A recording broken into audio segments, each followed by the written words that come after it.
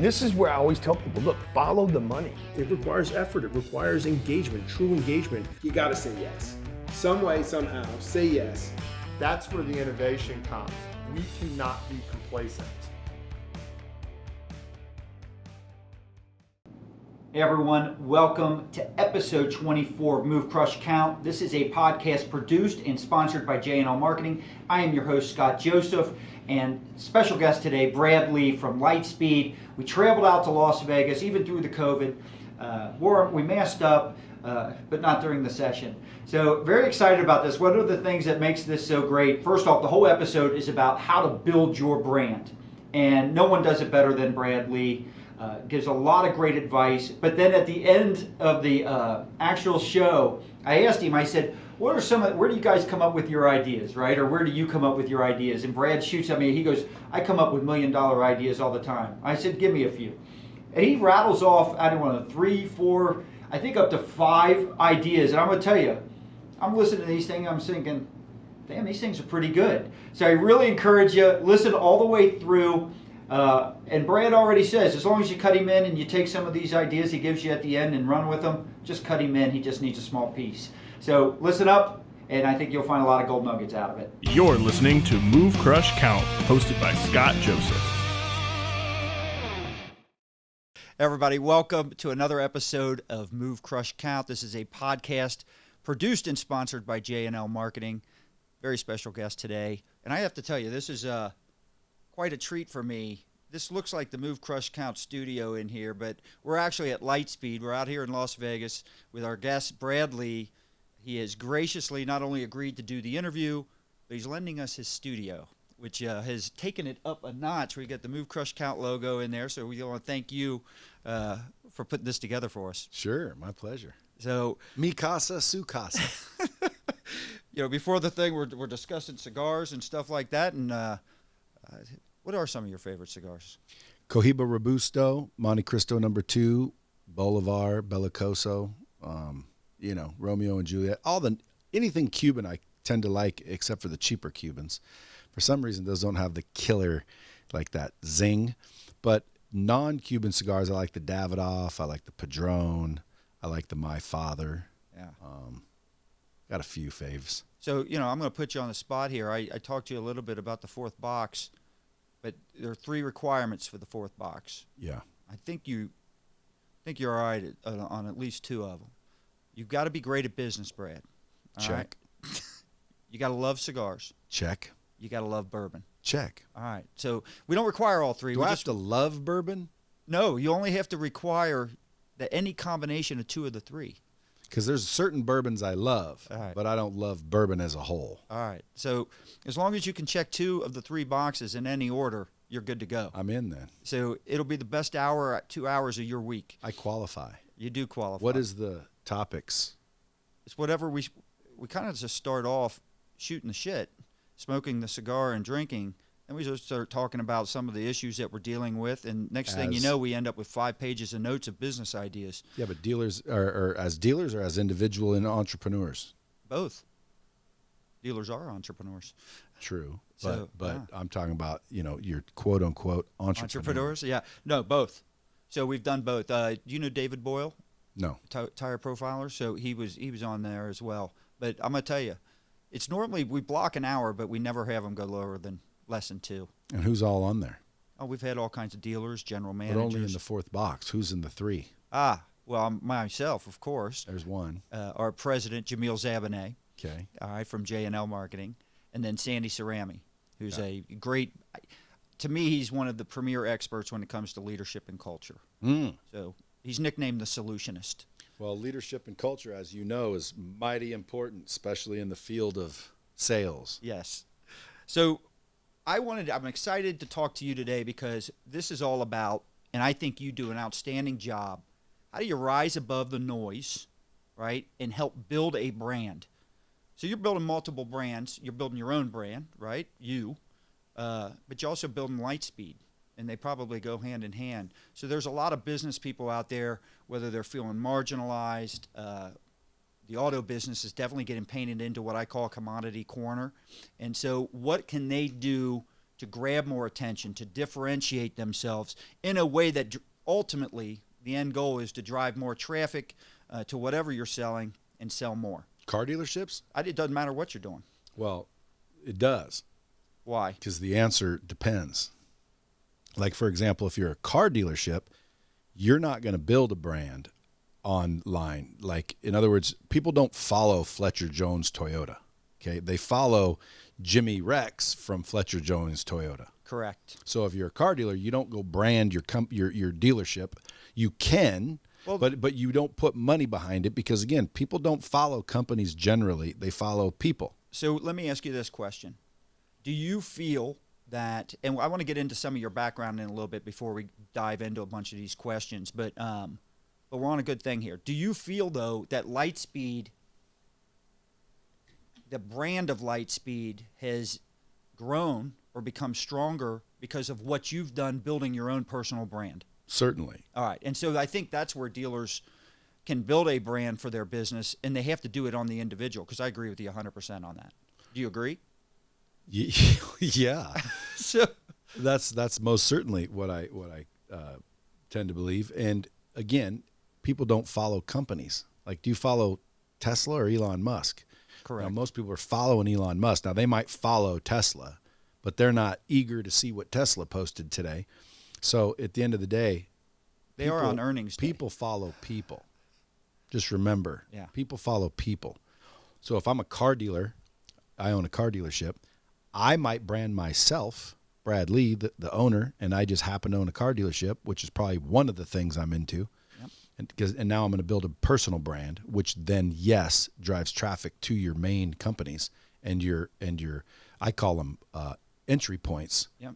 Your entry points is where you just set up all the things that you do. Could be a car dealership, that's an entry point. Could be a book that you wrote, that's an entry point. Could be a podcast that you have. But all those entry points, then you just roll around promoting it. Yeah. Because you don't want to sell people your entry points. You just want to promote them. And when you become a promoter, that's when it's on another level. That's when it starts to get fun. Yeah. It's not as much work. So let me ask you this. Let's get into a little bit. I've known you for 10 years. But let's since that kick-ass party you threw. And for those of you who don't know, he's referring to a trade show party we used to throw quite often. Dude, that one year you got this darn band that I forget, they're called the Molly Ringwalds. Yeah. It was in New Orleans. Where they all switched positions and instruments. Yeah. Like, that was freaking, I drank too much, but dude, that party there was like the main thing, the main talk of the whole trade show. They all have a British accent. I don't know if you heard them during their talking in between sets or songs and stuff like that. I went backstage and the accent was completely gone. Yeah. Well, it was definitely a highly choreographed act. Like, they were great. I'm surprised they didn't get like real famous. Yeah, we brought them there. I've had them actually up to J&L for Christmas parties for the company. We've used them 2 or 3 times. I think we used them again in New Orleans on a repeat party. It was an incredible piece of entertainment. So I still want to hire them. So we've done. If you're listening out there, call me up. So we've done work through Lightspeed, meaning J&L. All right, and so I've known you throughout this time. But I will say and this is where I want you to kind of give me a little bit of, I want the audience to get an understanding of where your experience and background. If you don't know, Brad is, he's on all the social channels. If you have trouble finding him, then just turn this off, because what we're about to talk about is meaningless and untrue.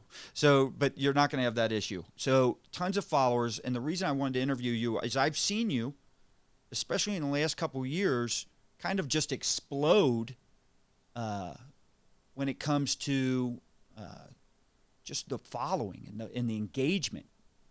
And so I want to get that off there. I want to make sure, I want the audience to hear a little bit about your track record and how that happened.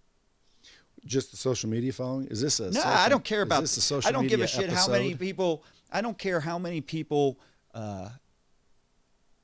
follow and stuff like that. I look at the overall engagement and the content you're producing. It seems like you're everywhere now. And so you've built this brand that I would say in the last 2 or 3 years that I would say was not there. It's not that you didn't have a good brand or a good reputation, but Yeah, no, it wasn't there prior to that. correct. As you know, I own Lightspeed VT. So we work with a lot of the big names and have for like 20 years. We almost invented the online training space. So like we show dealerships how to create, their own proprietary training systems and then populate it with the Grant Cardones and the Joe Verdis. And I've got my own content, and I'm sure, other people such as yourself have content, but the training system is what we help them with. And because of that, I do business with all the big name people. So I didn't really come out and try to build my own brand because I spent 20 years kind of building theyrs. Right. So What like made you- like Grant Cardone blew up, like he blew up. I haven't blown up. He blew up. There's several people that we've worked with that we kind of watched, quote unquote, blow up. But for 20 years, me being kind of on their team, I just thought it was a little bit weird that I would be out there trying to compete with their training and things like that. So I just stayed in the background. Yeah. I like to say I was busy building their stages, and now I'm kind of building my own, if that makes sense. Makes perfect sense. At what point you've kind of had, that's really a nice benefit. One of the biggest benefits I have doing this podcast was, I started it to help other business leaders get a lot of ideas, things that they could integrate into their own business applications. But one of the side benefits that I had that I used to do very early on was interview top people and get, what are their best practices? What do they do day in and day out that makes them so great? And so I have to assume that for the last 20 years working with, Anthony Robbins, the Grant Cardones, and all these people that, like you said, blew up, you really probably shortened your learning curve because you watched, well, this worked for them, this didn't. And were able to apply it when you made this decision to switch and start promoting your own content. For sure. Yeah, I collaborate, with our clients, obviously, because we rev share. Yep. So you're absolutely right. I've seen what works, what doesn't work. We've spent millions of dollars on Facebook and advertising and copywriters and, pricing models and all of that. So what was the switch in your head? What made you decide, you know what? I'm tired of being in the background on this stuff. I'm going all in.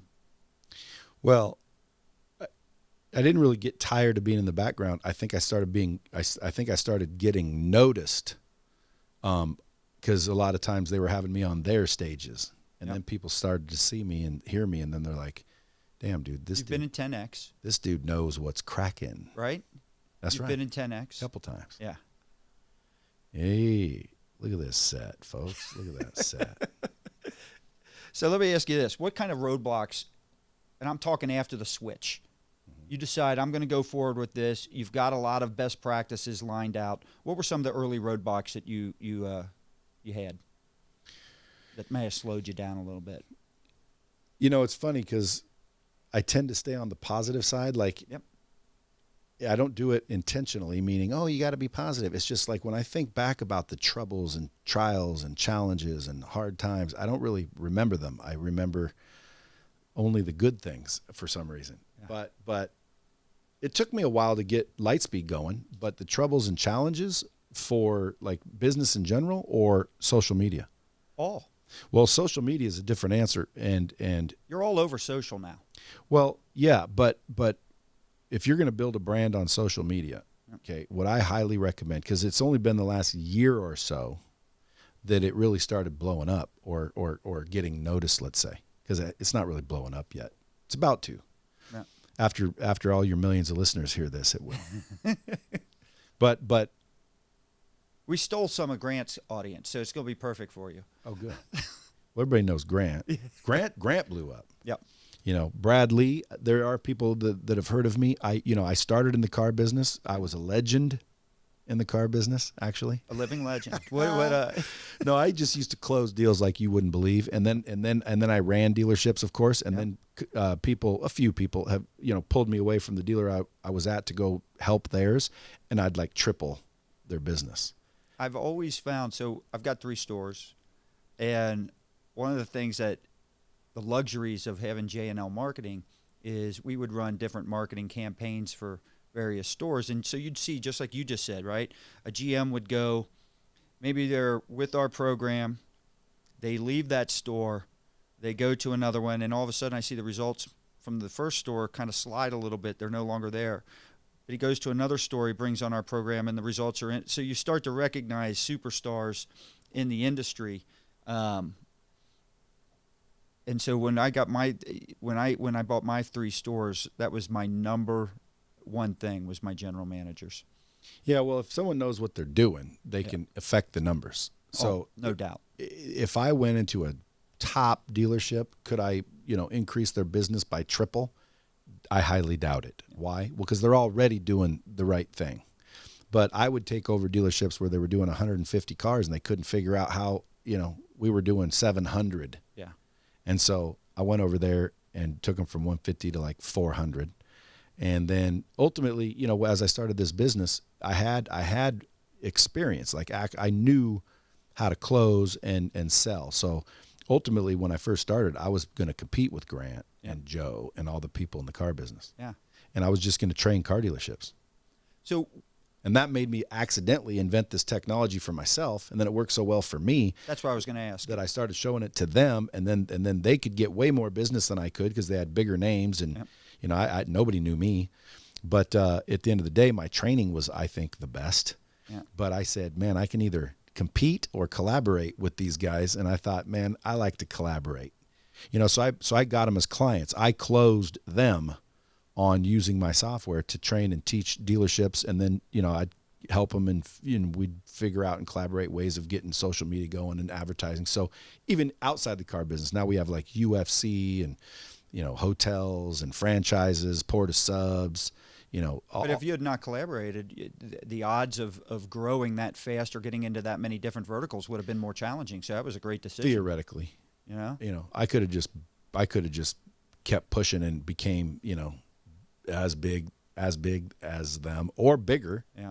But that would have been the hard way for sure. Yeah. For sure. Yeah, I collaborated, fortunately, and we still do business with all of them. Yeah. In the car business, we do business with some manufacturers. Who are the biggest names that are your clients right now? In the car business? Any industry. If you're the ones you can say. Well, like in the car business, Penske. Yeah. A couple of different manufacturers like General Motors. Yeah. I think Mercedes does something with us, but it might have been a while ago.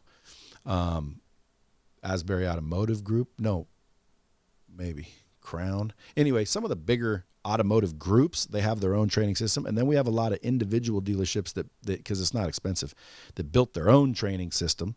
And then we've got thousands of dealerships that are either Grant Cardone's customer on Cardone University, or Joe Verdi's customer with Joe Verdi Training Network. Some people like Grant, some people like Joe, Alan Ram, Proactive Training Solutions. Like in the car business, Jeff Cowan, Pro Talk service trainer, Tom Stuker. Like if you're in the car business and not on Lightspeed, you're probably just getting laughed at. Right. So getting specific to, building a brand, clearly one of the goals has to be, how do you separate or differentiate yourself from all the other people? How do you rise above the noise? So what are some of the things that you thought really helped launch you or do that? Well, I mean, what's the difference between a swimming pool and a water park? There is no other competition for the waves and the slides. No, there's just a lot more to do. So like to rise above the rest, there was nobody. Yeah. Yeah, but you personally, all right, so let's take it off that, because you're not, like you said, you're in terms of brand building, that's more focused on building your own personal brand, which is trickled down to help Lightspeed, right? So when you're building your own brand here, especially in the last couple of years, like I said, I've seen that growth. Yeah, I thought you meant Lightspeed, because again, when we started, we invented the space. Correct. We started the whole online learning thing. 20 years ago, the internet just came out. No one was doing any of it. Yeah. So I thought you meant Lightspeed. And that was a risky play then, because it took a while to get past that dial tone with AOL. It took forever. Dude, I was closing car dealers. Yeah. You know how hard that is. Yeah. Like if you're gonna break into a business and have to sell owners on things, I wouldn't recommend the car business. Yeah. Like unless you're from the car business. Like, right. dude, I can talk dealerese, so dealers know. Oh, this dude knows what he's talking about. But I thought you meant Lightspeed. So for Brad Lea, I don't really know an answer to that. What I try to do is be consistent. Like you want to put out content consistently. Yep. And what is consistent? Is there too much, and when is it not enough? Well, again, that depends on your plan of attack, because there's no such thing as too much in the long run. There is in the short term, meaning if I'm looking in the long run, dude, I just want so much content on the internet. Every time you even type in the word B, I'm popping up. Right. Why? Because, dude, you have 72,000 videos on YouTube. You have 16 million blogs, posts, and articles that you've written.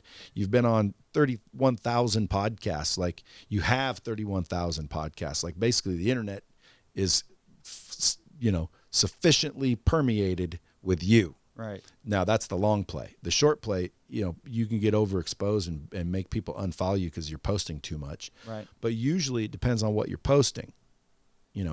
Nobody says I post too much. They say the opposite. Like, people are all like, dude, I'm already twice a day. Yeah. So it's like I do it one in the morning. It seems like more than that. I do one in the morning. I don't mean that in a bad way. No. It's Well, just that's because a lot of people share it. You dominate my Instagram. Well, good. Yeah. So at the end of the day, and by the way, I mean, I don't know. Depending on what you're trying to accomplish, I do it one in the morning and one at night. Yeah. So just twice a day. To me, that's consistent. Yeah. But it's also what you're posting. So if you post valuable, entertaining, value, people tend to, like when you post, and they want more of it. If you're posting nonstop ads to buy your shit, or nonstop pictures of what you had for lunch, You did a post that reminds me. I laugh because you did I know you did it Instagram. I think it was Instagram. Could have been Facebook. I don't post on Facebook. All right, so it was on Instagram. So, is it related to quit posting your workouts and your lunches? So now if I'm obviously a trainer, I'm gonna post my workouts and stuff like that. But most of these people, I'd maybe laugh. And I think it was after that I reached out to you and said, I got to get this guy on here. Well, again, I hate following dudes that want to show me how buff they are every day in the gym. Like, I get it. Okay, you're buff. I get it. But again, I'm looking for value. Yeah. If somebody's looking for pictures of buff dudes, that's not me. I'll unfollow your ass if you post too many pictures of you at the gym, which is for some people every single day with their shirt off. It's like, so to help the people that are listening or watching. If I go, you have a site, bradlea.com. That's right. All right. And who is the niche? Who is that target audience for bradlea.com? Well, if I could pick. Yeah. I mean, who are the main customers? Followers, whatever. Who they are, or who do I want them to be? Because again, there are two different things. The type of people that are following me range from blue collar worker to multimillionaire. Right. Well, who's buying? Male and female. Buying what? Well, if I go to bradlea.com, what am I going to find, and what's out there? The only thing really that is for is to tell you who I am, and it does, I think, ask you if you want to pre-order my book coming out. Okay. Which is called The Hard Way, which is lessons I learned the hard way, so you don't have to. Right. So I think it asks you to pre-order the book, but there's nothing to buy there. So when you say who do you want it to be, or you brought that up, let's ask that question. Yeah, like if I could pick my perfect audience, and who I would be my customers, I would pick, upper class rich people. So the market. That's it. I always say the market's a lot smarter than you and I. So yeah. It's going to tell you who your audience is going to be, but. Well, who my audience is the not really the opposite, because it's a wide range, but like people that are buying like Closer School, or Lightspeed, the range goes, because again, I'm getting top name celebrity brands that want to monetize their knowledge and or brand, right? And I'm also getting large companies that want to train all of their massive employees, and then I get the in-betweens. So like, for example, there's people coming up right now you've never heard of, like this guy in the next studio over. Yeah. That guy could be the next Grant Cardone, because Grant Cardone is no longer training car dealerships, just FYI. Now, people are like, well, I got Cardone University. Well, number one, that's not Grant. Yeah. Okay. Grant is investing in real estate and raising money for Cardone Capital. Yeah. Okay. He's not going to come train your dealership. However, he has training resources. See the difference? Yeah. So the next Grant Cardone who is at your dealership and they are doing what Grant used to do, they're coming up, man. Yeah. And they're there. So I got those guys as customers too. I'm helping them come up. So out of all these type of customers, and when you were mentioning, the content and it being relevant, the type of content is more important than, in other words, if you're posting a lot, as long as it's great content. So what is the right content for those type of people? For you? What's working? For me, what's working is me. Okay. Meaning, but the content's good. So what is it? Yeah, but dude, that's me. That's like, if you look at my Instagram posts, that's me being me every single day. And I just happen to have a team that picks out the nuggets or funny parts that I say. So like this exact footage, someone could say, oh, that was funny. And next thing you know, you'll see a post and you'll be like, hey, that's my podcast. And I'll be like, they must have thought it was funny what I said. But ultimately, it's just me being me, learning, sharing what I've learned, giving my opinion. And to me, that's all I'm doing. So that's why there's only 300,000 followers, because apparently, who I am and what I'm doing isn't very interesting. Where were you 2 years ago with followers, roughly? Probably 50,000. All right. So it's substantial growth. Yeah. And you're not buying them. No, never buy, folks. Never buy. Don't enter those promotions. I know it sounds sexy to have a lot of followers, but a lot of followers that aren't engaged are worthless. Yeah. Their their vanity metrics. It's all ego. They're not worth anything. They don't engage. They don't make comments. They don't buy your shit. They don't do anything. They follow you for some promotion or some stupidity, and now you got a big bunch of followers that dummies are impressed by, because anyone that's real knows fake followers when they see them. Correct. So now you just literally did the opposite. You did it to look cool, and now you look like a fool. Yeah, and not only that, it's easy to spot. You've got 400. Not you. If someone out there has got 300,000 or 400,000, they keep posting stuff, and they've only got 2 or 3 people commenting and or liking it. It's fake. It's pretty easy to spot that. 100%. So, in your opinion, what do you think stops a lot of these business owners or even business leaders, managers? Why aren't more people on social building their brands, especially if it can indirectly help their business? Number one, they don't know how. Number two, they're deep down insecure.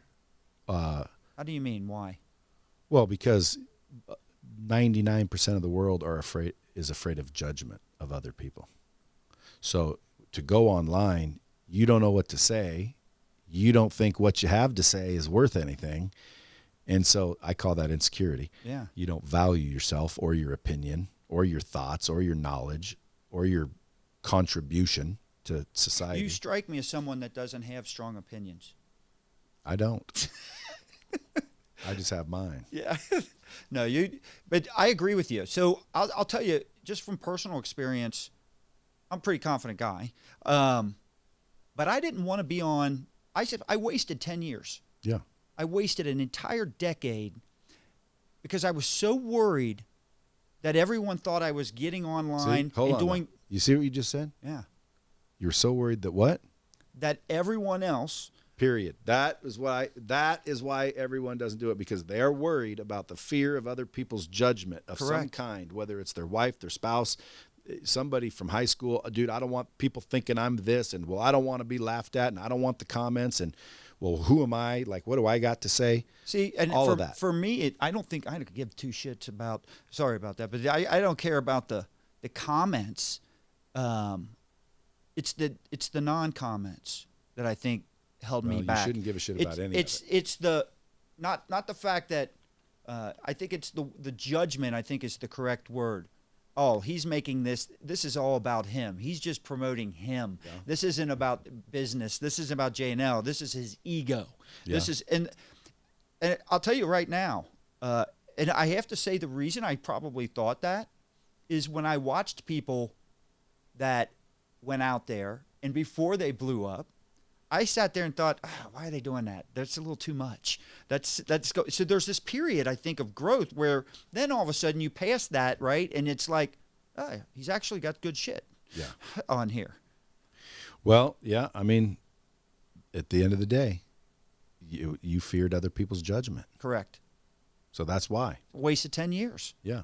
So you answered your own question, Scott. Yeah, well, I wanted your opinion on it, right? Because that is. It's 100% why people don't do it. They don't know to do it. They don't know how to do it, or they're insecure in some way, which means they fear what other people are going to think, so they don't do it. There's people that don't, pull triggers all the time because of the fear of other people's judgment. And it's like, that's the craziest thing I've ever seen in my life, because at what point in your life did you decide to agree that everybody else's opinion is more important than yours? Yeah. Like, dude, did you bump your head or something? Like, I've never had that sickness. I call it a sickness because, like, why doesn't my opinion count? So what advice would you give to the people that are listening? I'd say that are struggling with this. Yeah, I'd say, dude, forget what other people think.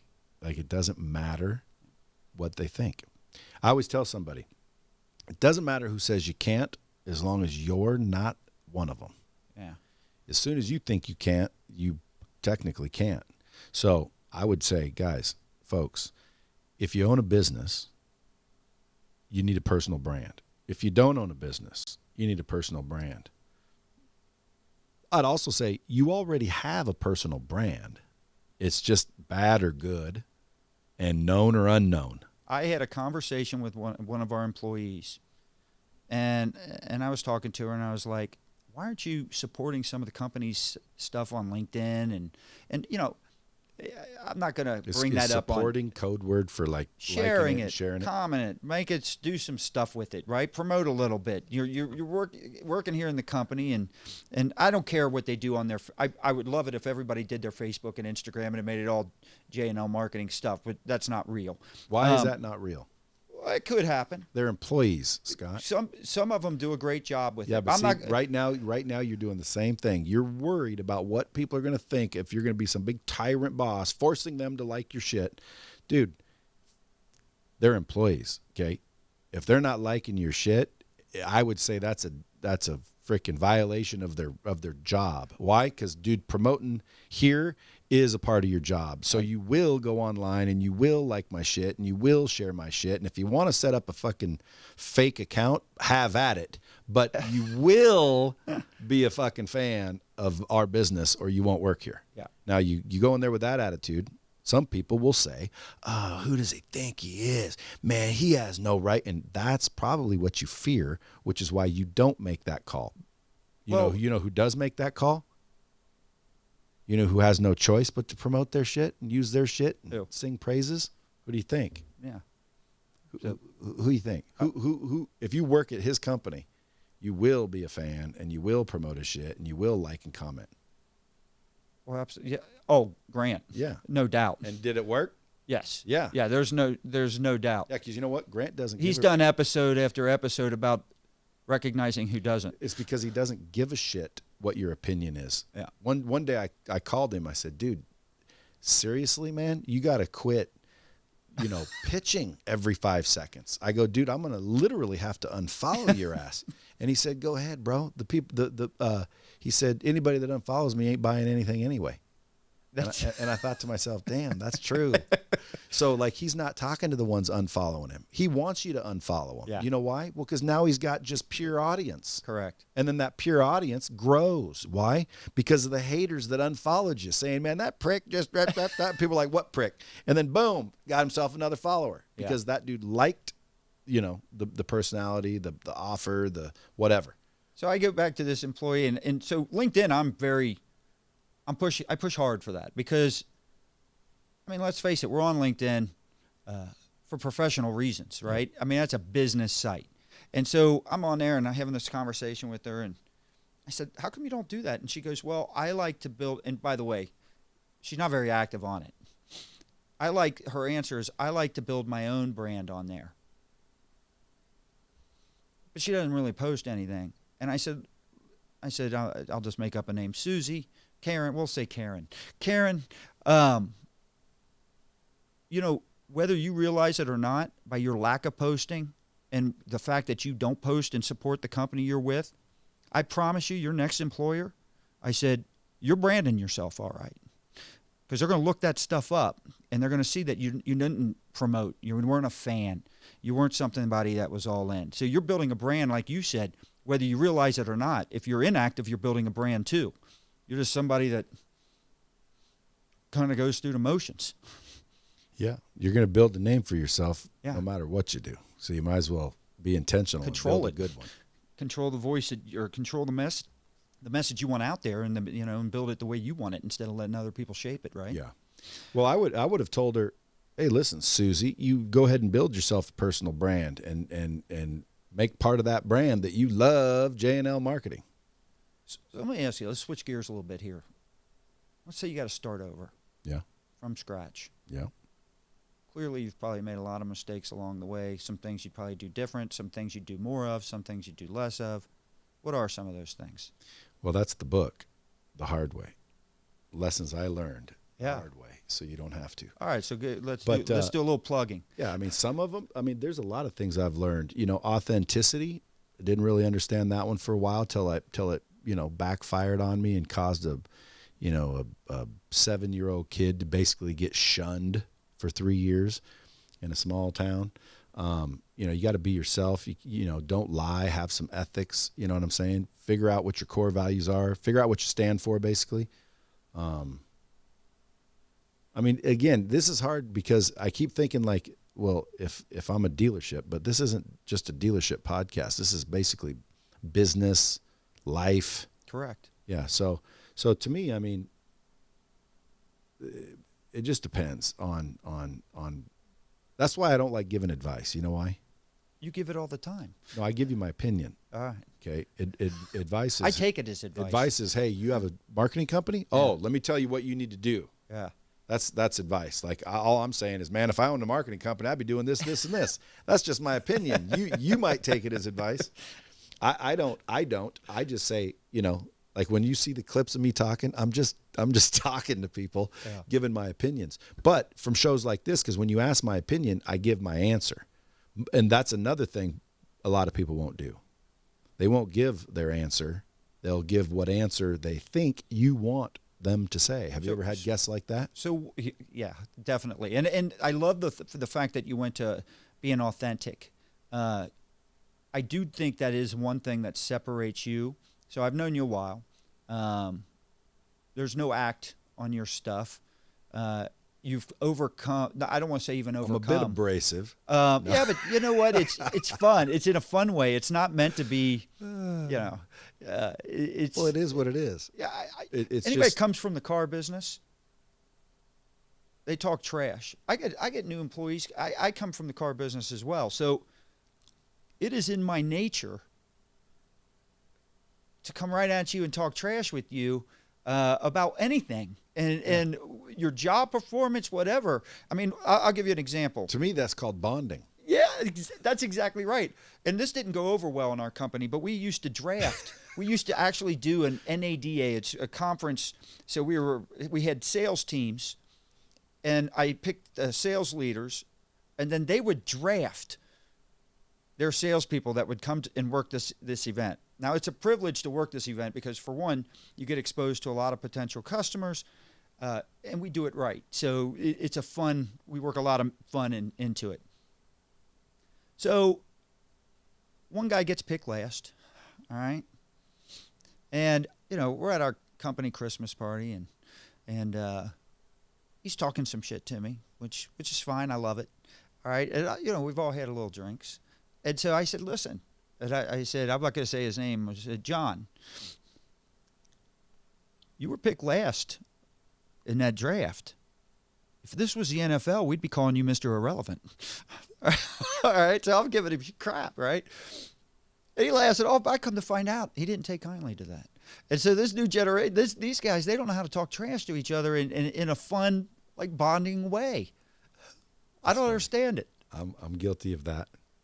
It might be the car business in us. To me, it's camaraderie. To me, if I'm not messing with you, I don't really like you.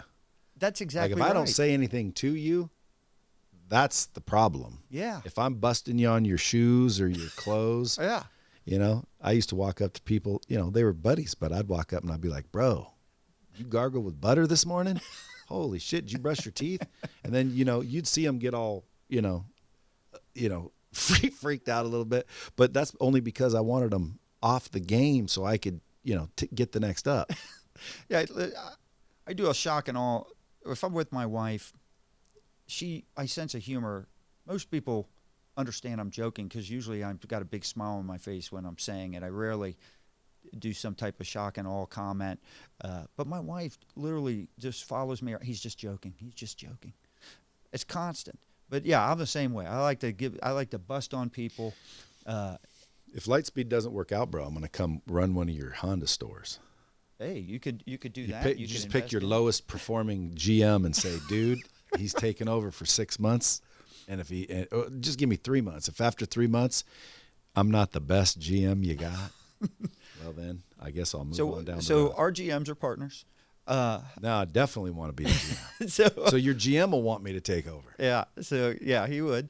And, I'm just messing with you. This ain't ending. Obviously, I know. I built a recurring revenue model with a lot of companies and 20-year relationships. Our attrition's very low. But did you build the reoccurring model from the beginning, or yeah. was that something that just came on? No, it's from the get-go. All right, and for obvious reasons, that's a great way to go.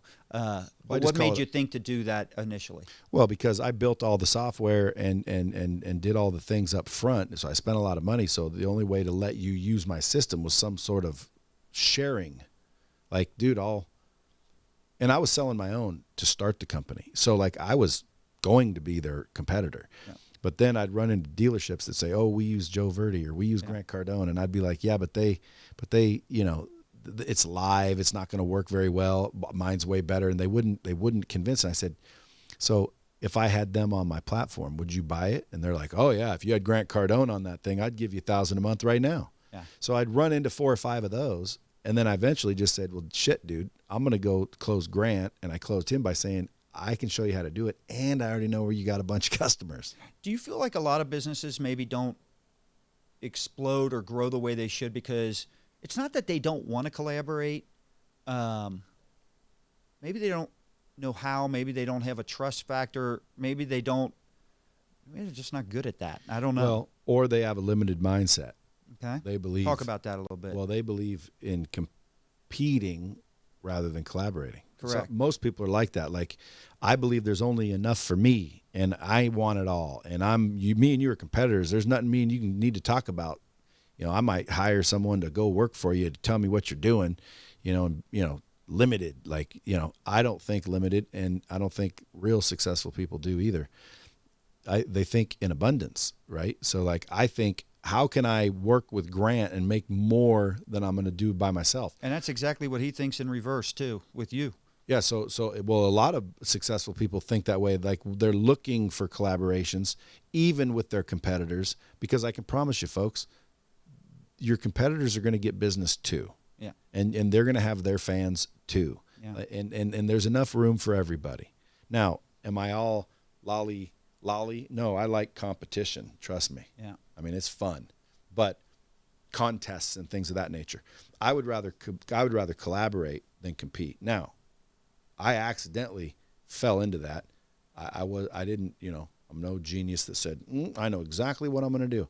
I just did it through, taking left turns when the road was blocked. And then next thing I know, shit, I'm building the training systems for all these big names. I probably shouldn't be promoting mine. Yeah. They get all pissed because sometimes people would call and switch from them to mine. And, they didn't like that because they thought I had some sort of secret information that I was using to sell mine. So I just got out of the space altogether. Now it's been 20 years. Everybody's doing it, and I've created some as an example of how to do it. So that sells. But really, I'm just the CEO of a software company. Yeah, I'm not really an influencer.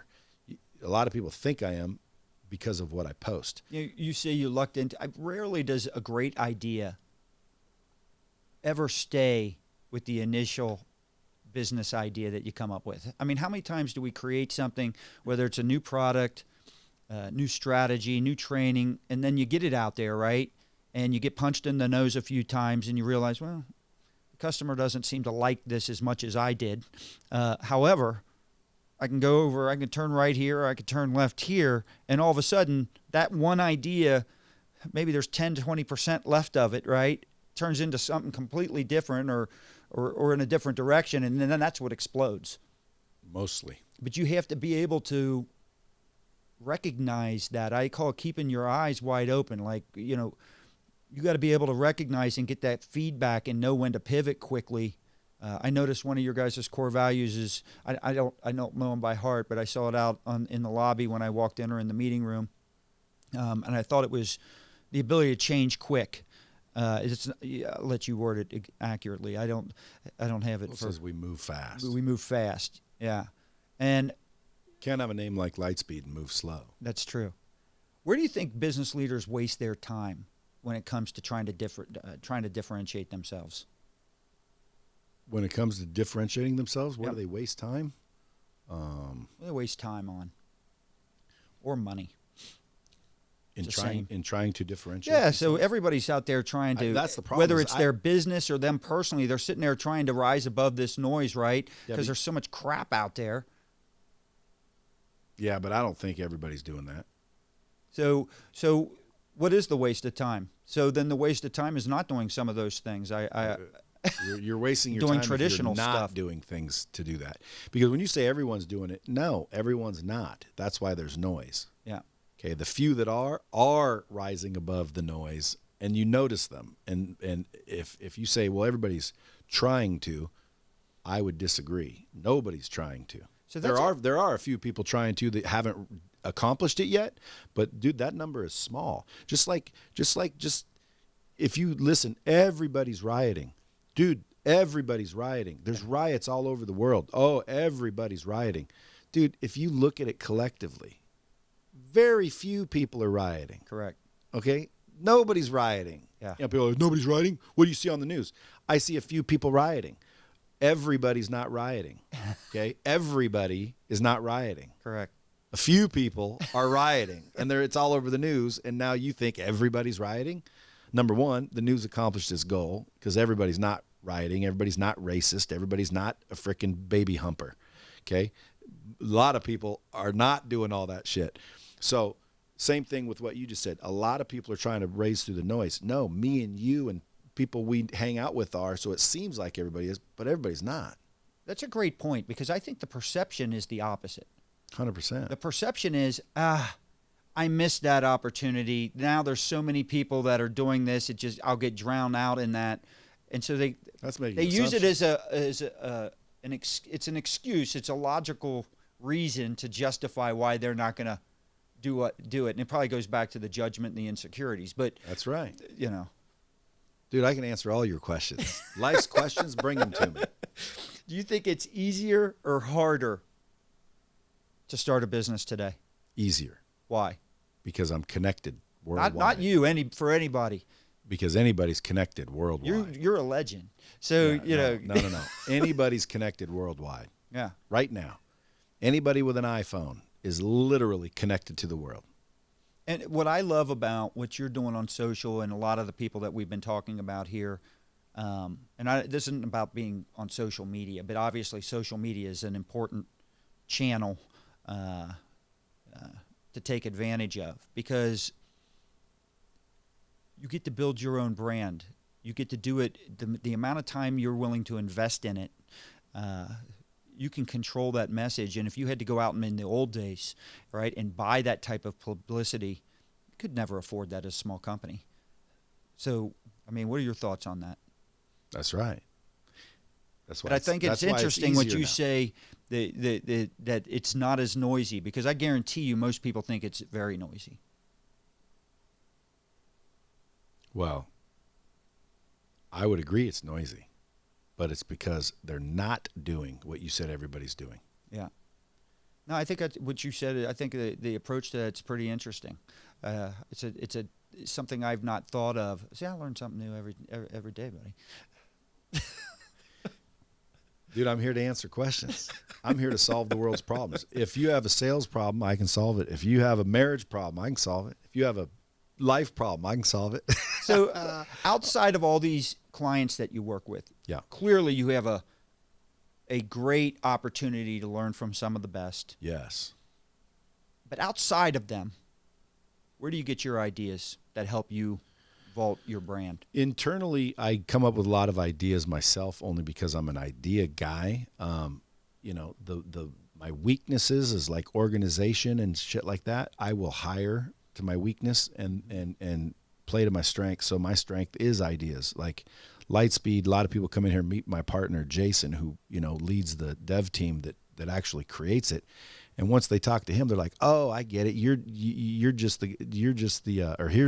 the brains of the operation."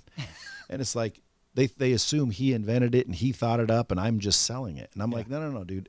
I thought it up. I just couldn't build it. Yeah. So I found him to build it. Yeah. So I'm the idea guy. It's easy for me. I come up with them every day. I could give out 3 ideas right now that are all multi-million-dollar ideas that I just haven't. Tell some people some of these. Well, like I'll give you one. Like, for example,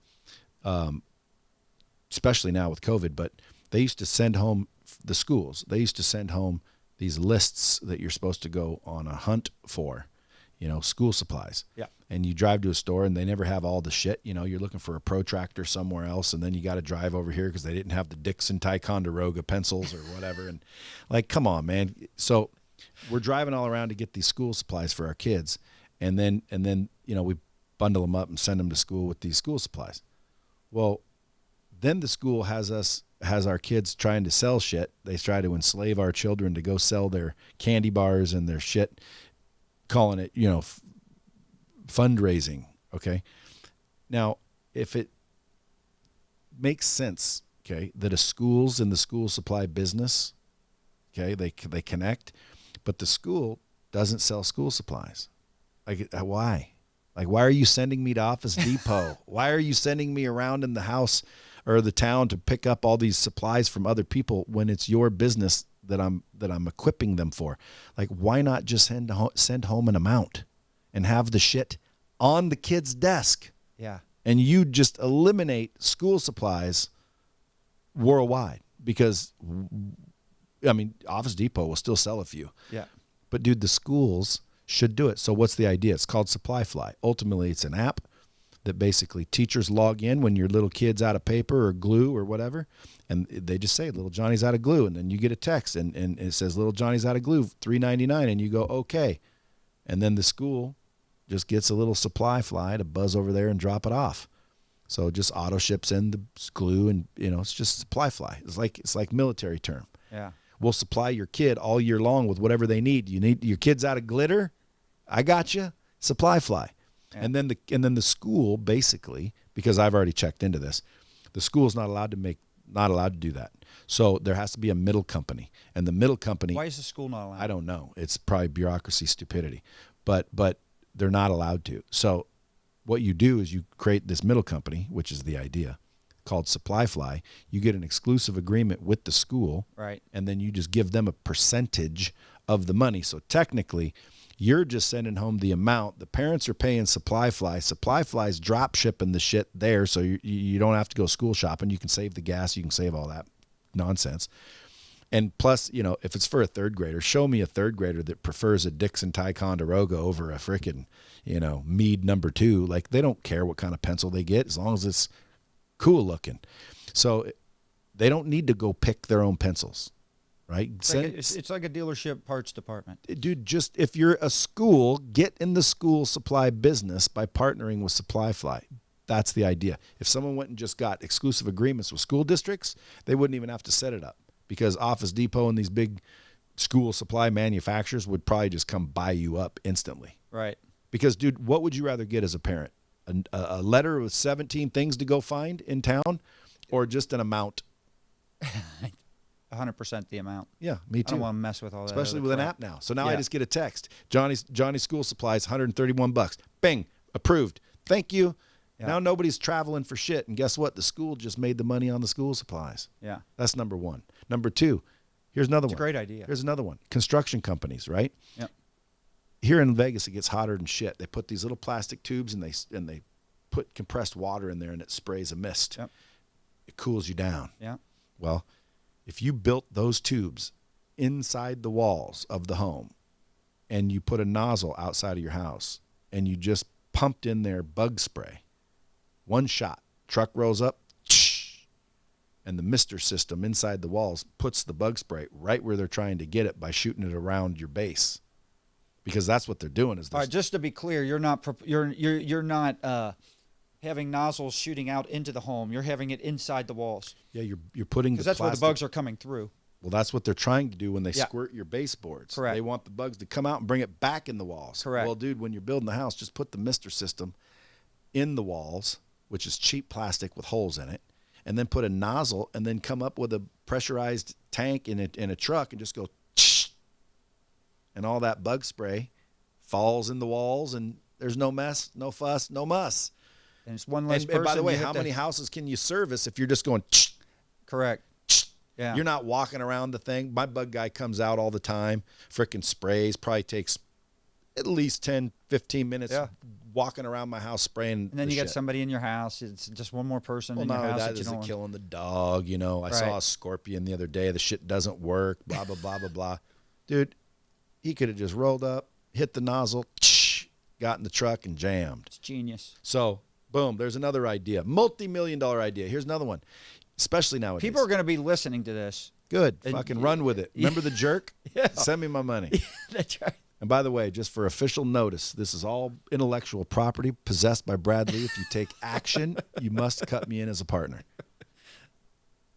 There you go. Anyway, so here's another one. You put a terminal in your house, and you connect to the power, the gas, and the lights.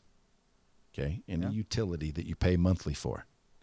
And you take those kilowatts and you convert it to dollars. And you take the gallons and you convert it to dollars. And you take the BTUs and you convert it to dollars. So now you look at your gauge, and it'll tell you in real time what your power bill is. So if you want to conserve, you're on a budget, dude, you can set it for $80. At $80, dude, your lights are going out.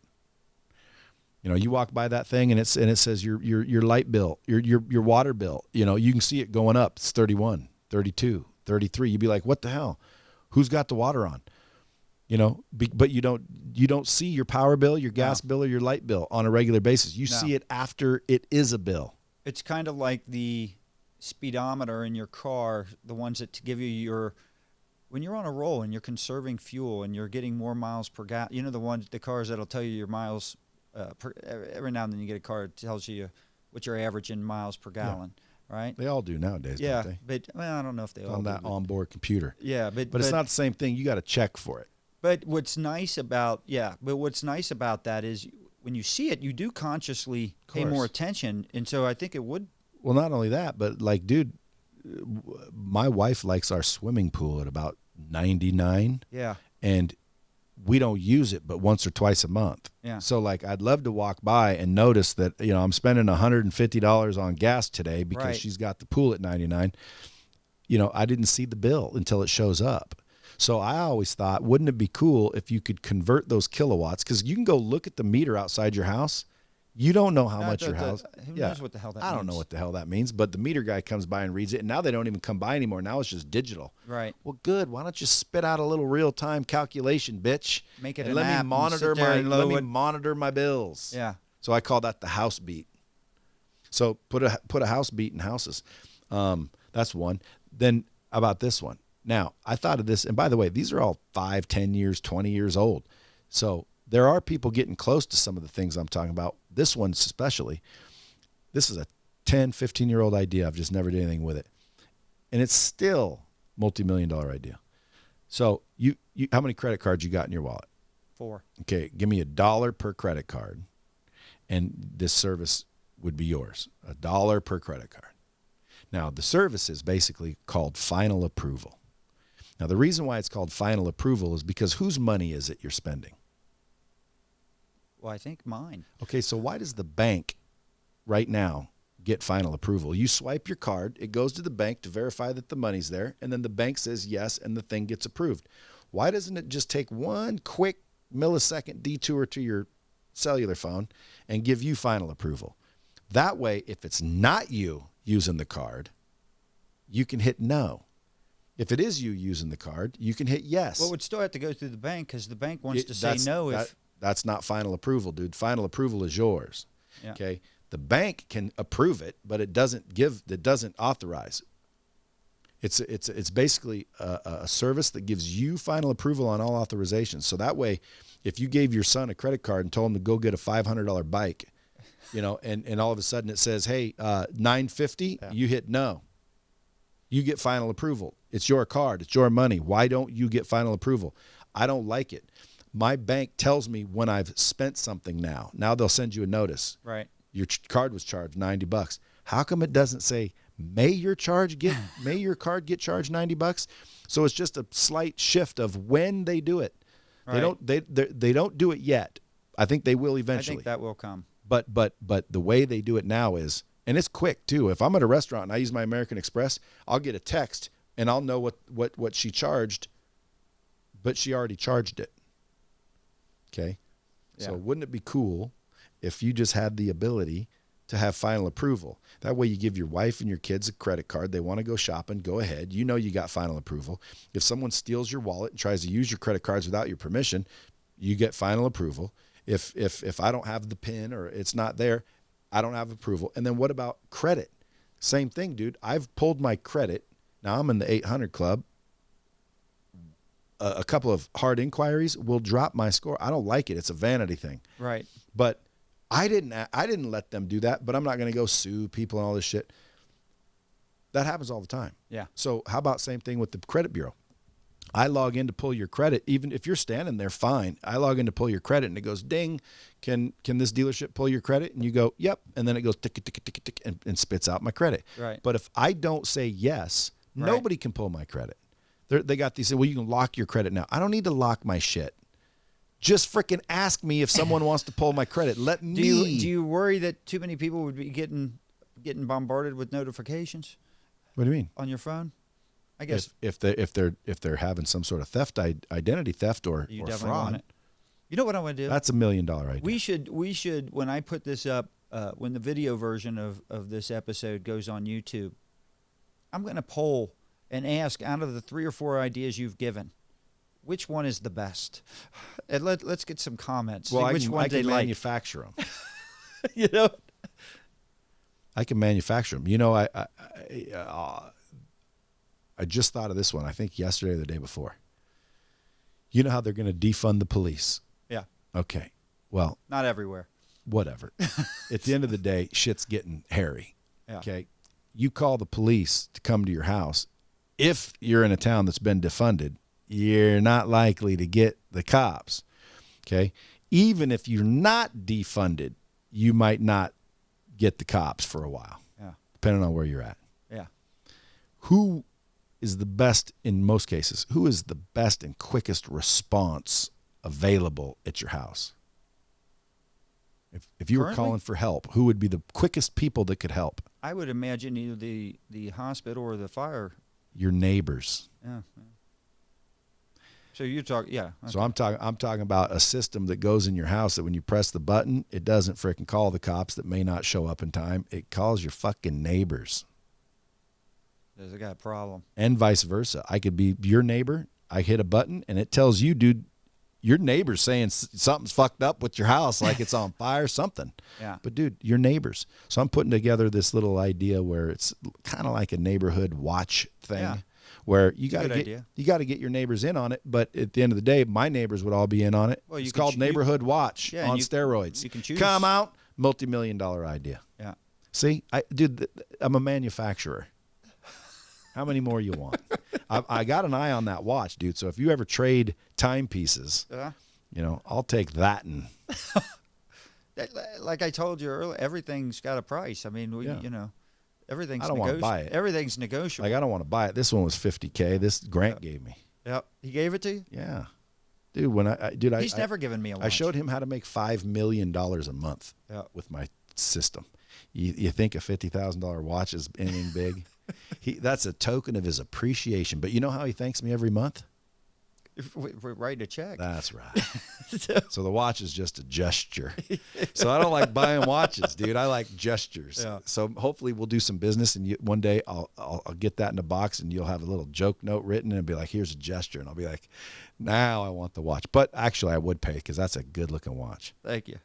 So let me ask. I find anymore with COVID, I've been working a lot at home, not because we do all the lockdowns. I don't participate.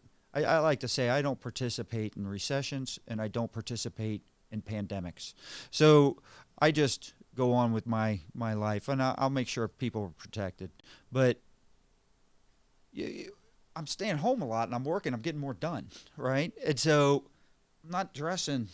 So I'm wearing my Apple Watch a lot now. So maybe I can lend it to you, like a timeshare type thing. Dude, if you go on my YouTube channel, there's one I talk about dressing and swagger and being cool and this and that. And I think there's one video in there where I say, if your watch is named after a fruit, Shit. you got a problem. Like, dude, how do you wear an Apple Watch when you got that one sitting there? Well, if I'm in a T-shirt and I'm going to go dude, work out, I'm not working out in this watch. Dude, that and a T-shirt and jeans. Well, I don't wear a watch to work out at all, but that with jeans and a T-shirt and cowboy boots or sneakers, beautiful. I'd wear that with it. It even looks better that way. Yep. Now, again, it also looks sharp wore with a it on the plane. tuxedo, and you're out at the casinos, and it's like, wow, it's because it's all blingy. Most of my watches aren't really blingy. I've got, 3 or 4 of those. Yep. These kind of look like G watches. Yep. I've got a couple diamond watches, a Rolex and it's called a Frederic Constant. I got suckered on that one, but anyway, that watch in particular can be worn with casual. Yep. I wear it. I'd wear that with jeans and a T-shirt, no problem. Yep. No problem. Dude, you don't even look like you belong with that watch. You should give it to me right now. But Brad, I worry about what others would think. Yeah, see, I don't. Yeah, so you shouldn't even have that watch, dude. What if someone thinks you're an asshole? What if someone thinks you're a freaking egotistical, rich asshole? They might. They probably will. They'll have to get over it. They when I will, first dude. got this watch, just so you know, when I first got this watch, there was a part of me that was a little conscious, self-conscious about wearing it places, but I got over it quick. Well, you shouldn't have. That was justified. Give me that watch. You shouldn't be wearing that. All right, so I think that this show's been good. I'm really kind of pumped because you took this in a different direction. At the end here, when I asked you one simple question with the ideas, where do you get them? And then you start rattling off these damn ideas. They're good. Well, thank you. If you have an investment group, let's talk. Yeah. I mean, because execution's what matters. I mean, It good is. ideas are a dime a dozen. it is. Execution's what matters. So in our company at J&L, they a lot of people, Sandy Cerami, the people in the fourth box, they like to refer to Jamil as the brains because he's the one that executes and gets the shit done. But it's funny when you start doing a lot of that and you're getting it all done and it's amazing how much better of an idea person you become because you're so involved in it. You own it so much versus someone that's not. Do you find that? In other words, when do you get your you getting them in the shower, or is it when you're involved in something? When do these ideas come to you? They come throughout the day, really. Yeah. But it's usually based around some sort of experience or situation that I'm encountering, and I very quickly think up ways to improve and or solve. You're saying, why in the hell am I doing this when I could just do this? Yeah, I always think there has to be a better way than this. Yeah. And I'm a solver, like I'm a problem solver. See, most people, they run from problems. Like they avoid problems. Like, hey, you want a problem? No, I don't want a problem. Well, to learn something, you want to get some repetition at it, some experience, right? So if you get really good at solving problems, pretty soon, you're rich. Yeah. Because theoretically, The world will pay for. That's what they're to buying. solve- They're that's buying right. solutions and Correct. outcomes and results. They're not buying your product or service. So anytime I see a situation, I just think to myself, how would I improve that? And if I don't get a quick answer, I move on down the road, and I don't have an idea at this time. But they come to me throughout the day. Like when you just said make some up on the spot, those are 4 or 5 that I've had for years. I've just never executed on. I didn't make up any of those on the spot. On the spot would be like, in this studio, what is my biggest problem? And then I'd look around and it'd take a while, and then I'd be like, I'll bet you more studios have the same problem. You know what? I got an idea. Let's make something that'll solve that problem and sell it to studios all across the nation. Yeah. And then you do a little bit of business analysis, you do a little bit of market analysis, and then you decide whether it's, a good idea or a bad idea. And, a little testing here and there, a little market research. And then you either press the gas and run with it, or you give it up. Like most people say, never give up. Oh, dude, if I never gave up the shit I was doing, I'd be broke for longer. Yeah. You got to give it up sometimes. Yeah. But you got to pivot, make adjustments. I started out as a training company. Yeah. Now I'm a software. Yeah. Like that's not even near the same thing. No. You took one element of the training company and made it the core. Yeah. I just started listening to the signs and feedback, and I was paying attention, and I was willing to make an adjustment. Like I wasn't about I'm going to be the biggest trainer on the planet no matter what. Yeah.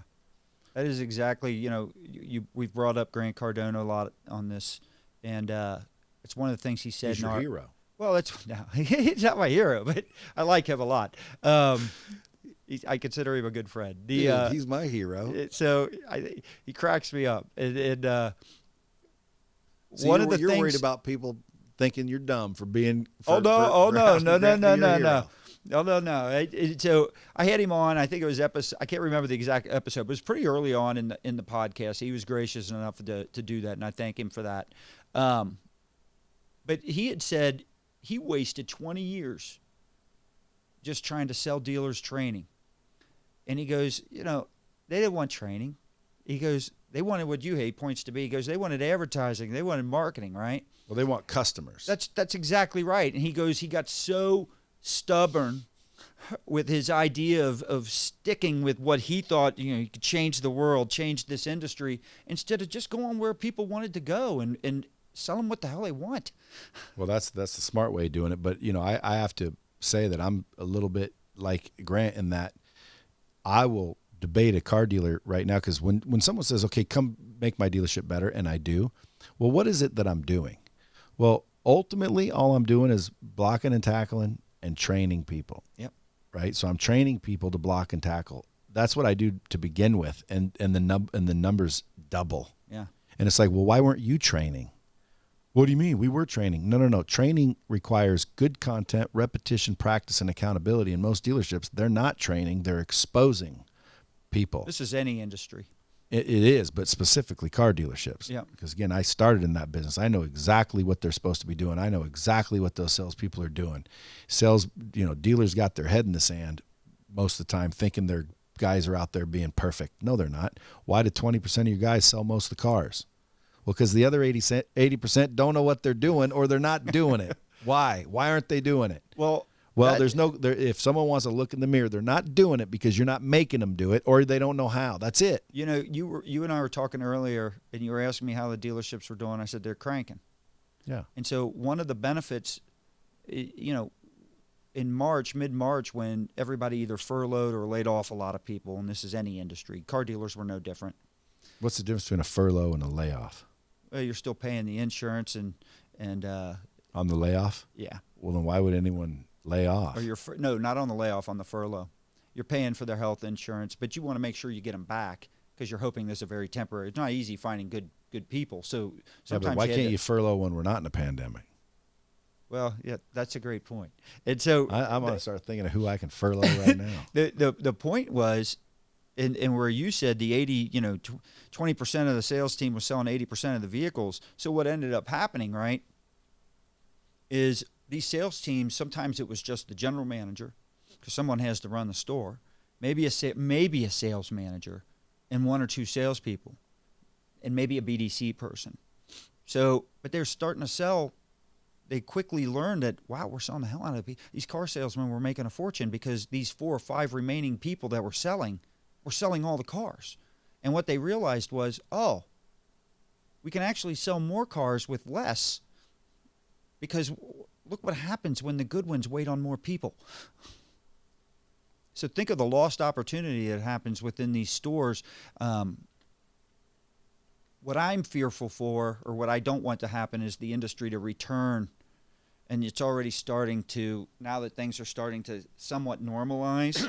It's not over ramping yet. back up No. salespeople and go right back to the same model that COVID proved was not the most profitable model for you. Yeah. Well, I don't think it's over. No, I don't think it's over. Yeah.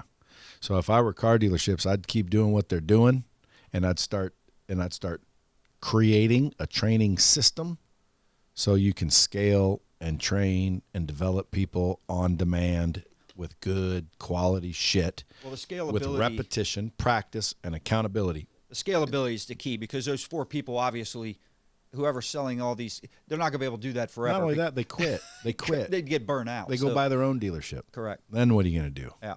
Now what? So again, it's only smart, no matter what business you're in, to literally systematize your business, put it in writing, document it, and take that documentation and turn it into an interactive training system that develops your people with repetition, practice, and accountability. And then whether you're using it for sales training or just diversity or compliance, whatever, you got to have a training system. Most people, they don't. And that is what I would say the fastest way to double your business. If any business can double their business, get your people twice as good, doing twice as much. Like, see, it's not rocket science, but would you, if you had the choice between an untrained sales professional and a trained sales professional, which would you choose? Well, I mean, so do you think a untrained employee would outperform a trained employee? right. So no, most people say, yeah, a trained employee will always outperform an untrained employee. Okay, so how are you training your employees? But most people don't look at it. You know what they're looking at? And that's what Grant meant. They don't want to hear that shit. They want customers. Yeah. Hey, Scott, here's $100,000. Send some customers my way. Hey, you want to give me $1,000 to train them? Hell no. It makes no sense. Why would you give $100,000 to drive traffic to your automobile dealership and not one penny developing and preparing the people that are going to receive that traffic? If you spend $1,000, this is a challenge for any dealer out there, any business actually. If you're spending money with J&L or otherwise to drive traffic, take $1,000 of that budget and take it out and spend it on effective training, not just exposing, but real training. Yeah. You spend $1,000 training, and I'll bet you anything you will outperform the opposite. So like if I gave you $50,000 to drive traffic to my dealership, and I handed you $50,000 and you drove traffic to my dealership, I didn't train anybody. I just did that. I'm going to sell X amount, right? Yeah. I say, instead, I'm going to give you $49,000. And I'm going to take 1,000 of that 50. And I'm going to train my people to handle the traffic that 49,000 is going to send. And I'll bet you I sell more and make more from the $49,000 worth of traffic than you can with the $50,000 worth of traffic. In other words, allocate the same budget. You're not spending more. And again, I mean, I know you're thinking, dude, this, that's my business, but still, I'd do it. I'd say, don't give J&L $50,000, give them $49,000, and tell them, hey, just give me $49,000 worth of traffic. Is this advice or an opinion? Opinion. Okay. This is what I would do, because I already know. I already know what happens if you train your team effectively. No, you're right. And have them receive $49,000 worth of traffic versus $50,000. Because what's the difference, dude? If I gave you $50,000, you're going to do this and do that, and I say, hey, Scott, buddy, I didn't realize, but I only have 49. What are you going to say? No. Right. If anything, you're going to say, well, we'll only send it to 50,000 people instead of 60,000. Right. Whatever. $49,000 worth of traffic shows up at my dealership by giving you money. If my people are trained, I'm going to convert more of that traffic than I will if I don't train. So give you 50 grand and make X, or give you 49 and spend 1,000 properly training my people to handle that traffic. I'll make more. So again, it's just laziness. Why do people give you 50 grand and not train their people? That's laziness. Like, train your people, develop your assets. They become better. You know, your customers become happier, your referrals. It's like a ripple effect. Right. So anyway, I could take over any dealership, including yours, and improve it one way only. I'd establish a training system, because I'm so familiar with my technology and training after 20 years. I could walk in your store and for like no money create this training system, the keyword system, that it'll be legacy, dude. In 100 years, if your dealership's still around, you're still telling the brand new person that just got hired why you started the company, et cetera, et cetera, et cetera.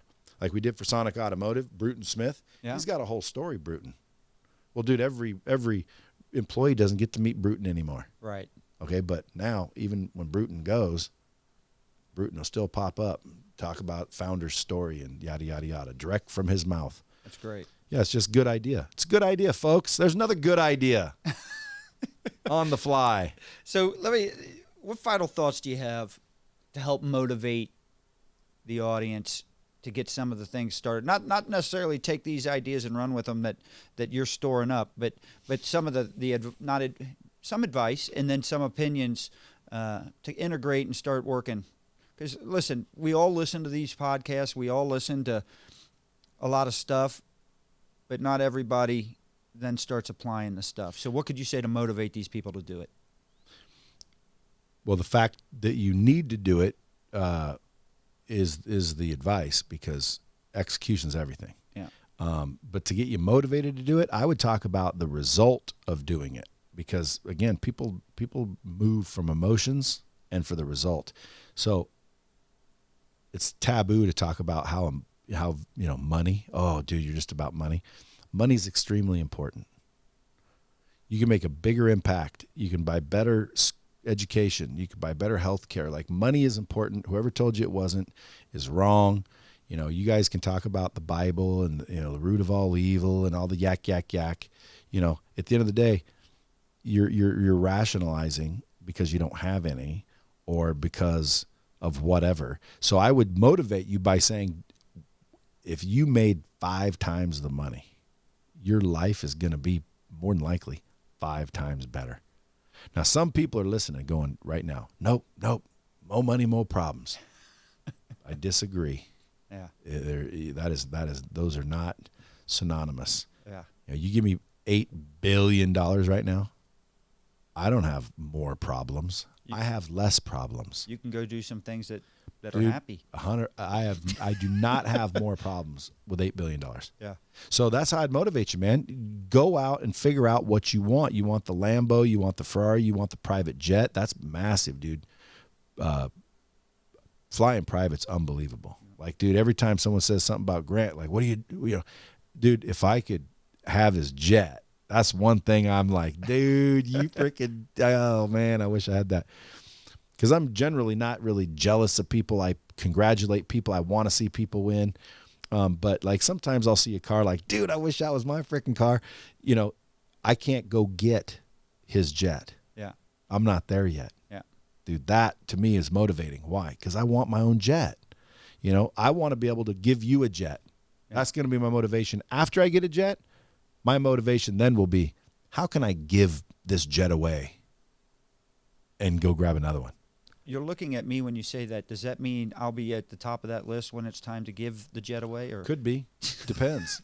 Depends. I don't know. Do we do business? Are we doing any business together or no? Well, it depends on if the jet's in there. I don't know what I got to get up with the watch and. Well, people that say that friends and business don't mix, they got the wrong friends. I'm friends with all our business. Yeah, You know, I don't agree when people say that. I don't either. Like, dude, you can have friends and do business. All of my customers are pretty much friends. Now, some less than others because, you know, they don't like my abrasiveness or, you know, we don't talk very much. But if you're doing business with Lightspeed, you're my friend. Trust me.